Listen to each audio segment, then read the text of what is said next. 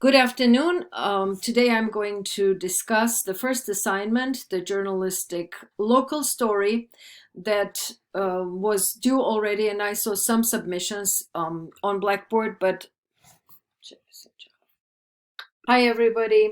I'm going to explain a few aspects of our local story assignment because traditionally it is hard to begin writing as a journalist, and sometimes students would confuse a story with a paper or call it an essay. So I want to go over some very important and brief points to set everything straight. And after this explanation, if anyone needs more time or another attempt. Hi everyone. I'm going to talk about some common uh, confusing points that I noticed after reading some of the submissions on the local story assignment. And I hope that this conversation is more personable than writing something by email, because it feels like we're talking to one another. Feel free to call me or text me if you still have questions, but I think I will go over some very common misunderstandings, try to clarify them, and then if something else is left, please reach out. Email is usually good, but it may take a bit longer, whereas texting or calling, especially if you're on a deadline, that works better. So the journalistic assignment is a story. Do not call it an essay, and definitely do not call it a paper, because this is not any of those.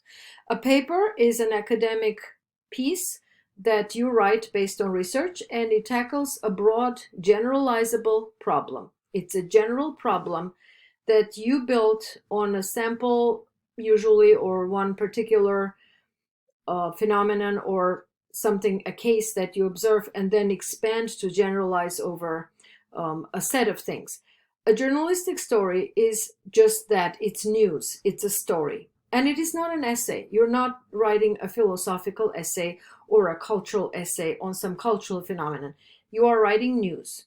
Let's review the newsworthiness points. What makes a story newsworthy? It needs to be new, it needs to be timely, it needs to happen now. Remember that you're competing against other organizations and you want to make a scoop. If you publish your story first, be it on the internet or in other media forms, you will win a larger portion of the audience by winning their credibility and getting their eyeballs, and getting their attention.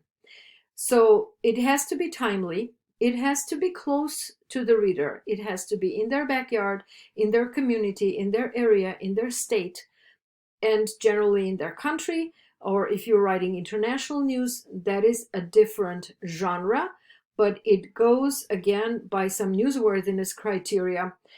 If something is really of large importance, if it is tragic or if it's happy, such as the Olympic Games or the soccer cup or some other big celebration, that becomes important.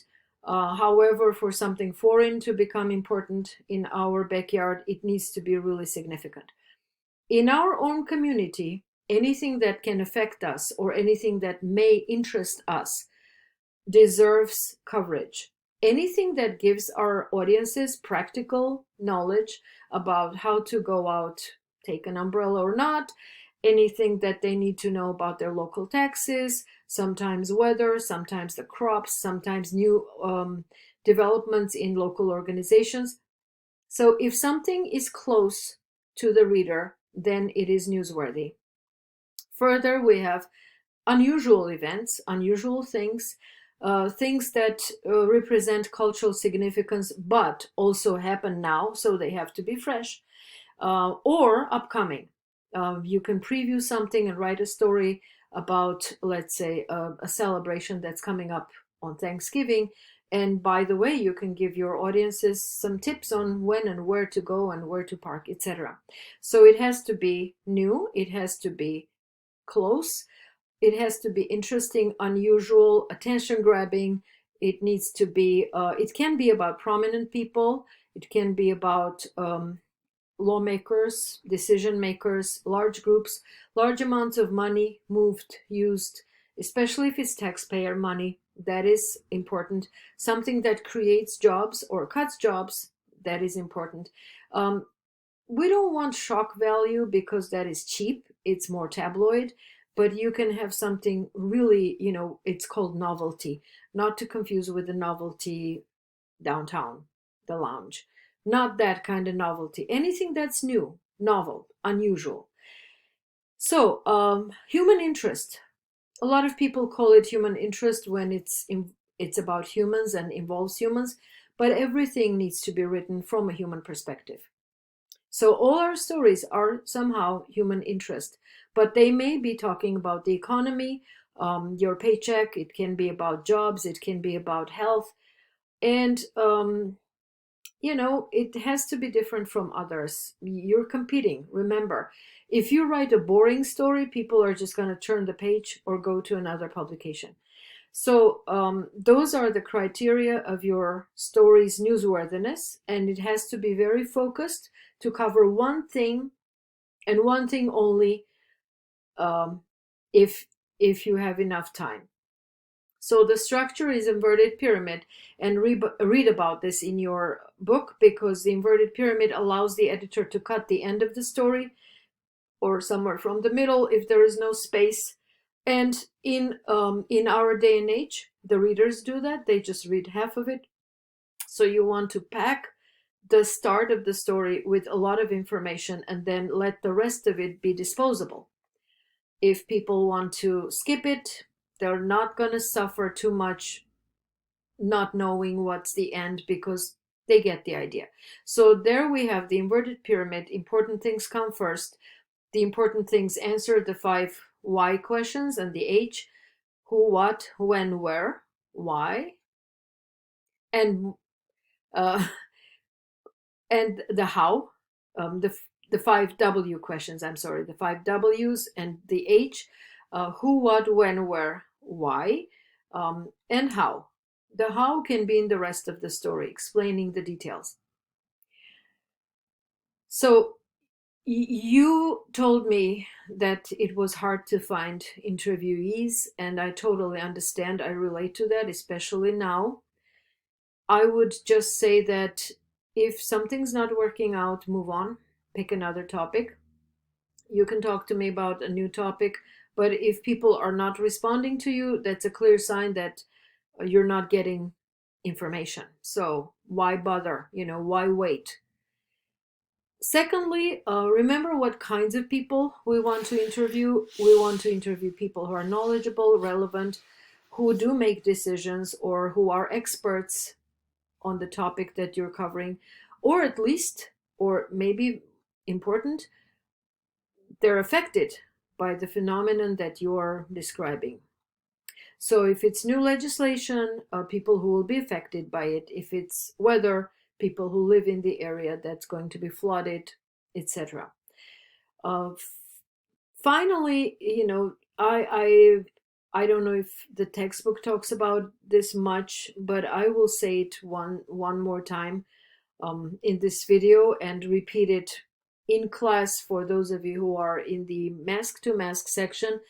For students who are in the online section, I might be saying this for the first time to you in person, but I'm sure the book talks about objectivity. We're not going to write opinion. No opinion, please. Whatever we write, it's going to be in the third person, observing something.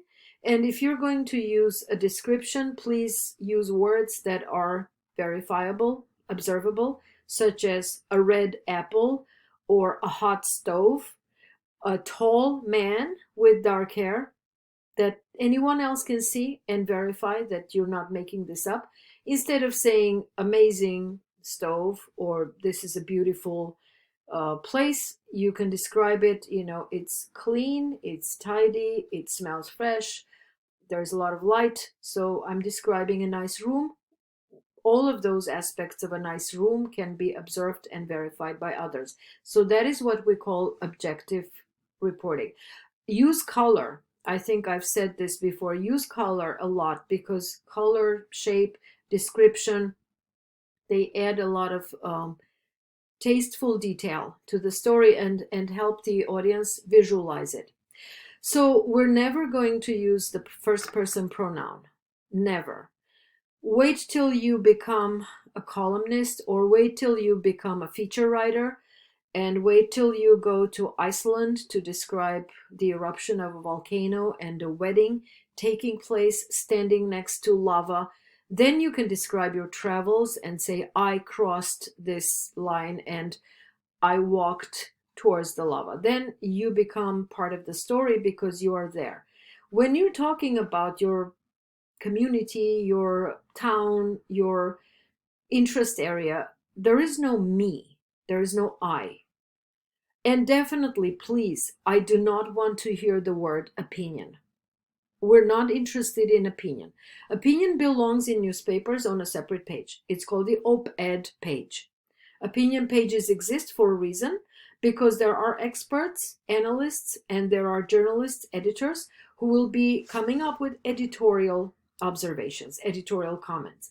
Therefore, if you write something that expresses opinion, I would say this is editorializing, and those parts of your story can be easily deleted, taken out. Allow your audience to make their own conclusions. Trust your reader to be smart enough to put two and two together and draw the same conclusions as you would have if you were to say it in your own words. Let them conclude that.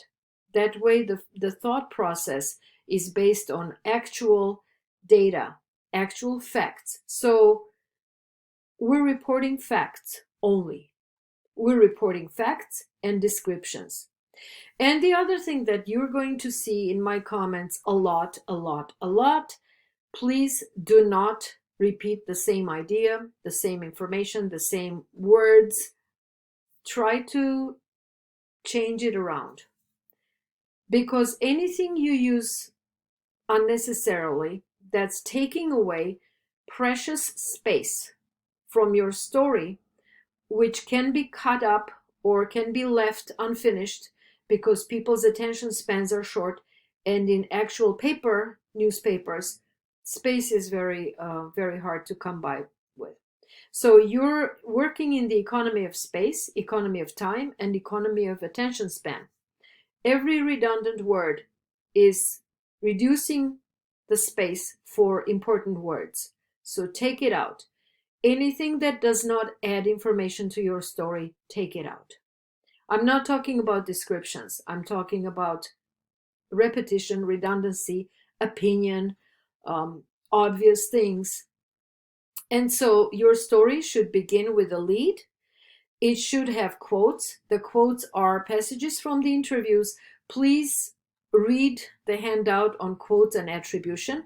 Use correct grammar and punctuation for your quotes and attribution. I don't want to be checking all the quotation marks and the full stops and the commas.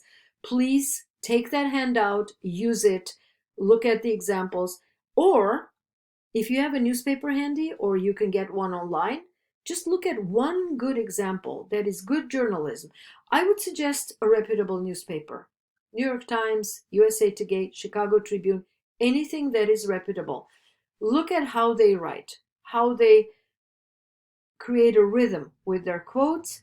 I would suggest using quotes early. In some local papers, quotes are either too far down or sometimes almost missing. No, use quotes because those are the gems. Those are the products of your hard work. You've done the interviews, use the quotes. So your story should be lead, maybe a quote, more information, more quote, more information, more quote. 500 words in good journalistic style, and please, no opinion. Again, I'm just summarizing what I said. This is not an essay. You do not need to conclude with, in conclusion, what's the future holding for us? I don't want philosophical questions, and I don't want questions at all. No questions. Our job is to answer questions, not to ask them. So I'm wishing you good luck, and I'll be giving you some feedback in writing as well. See you in class.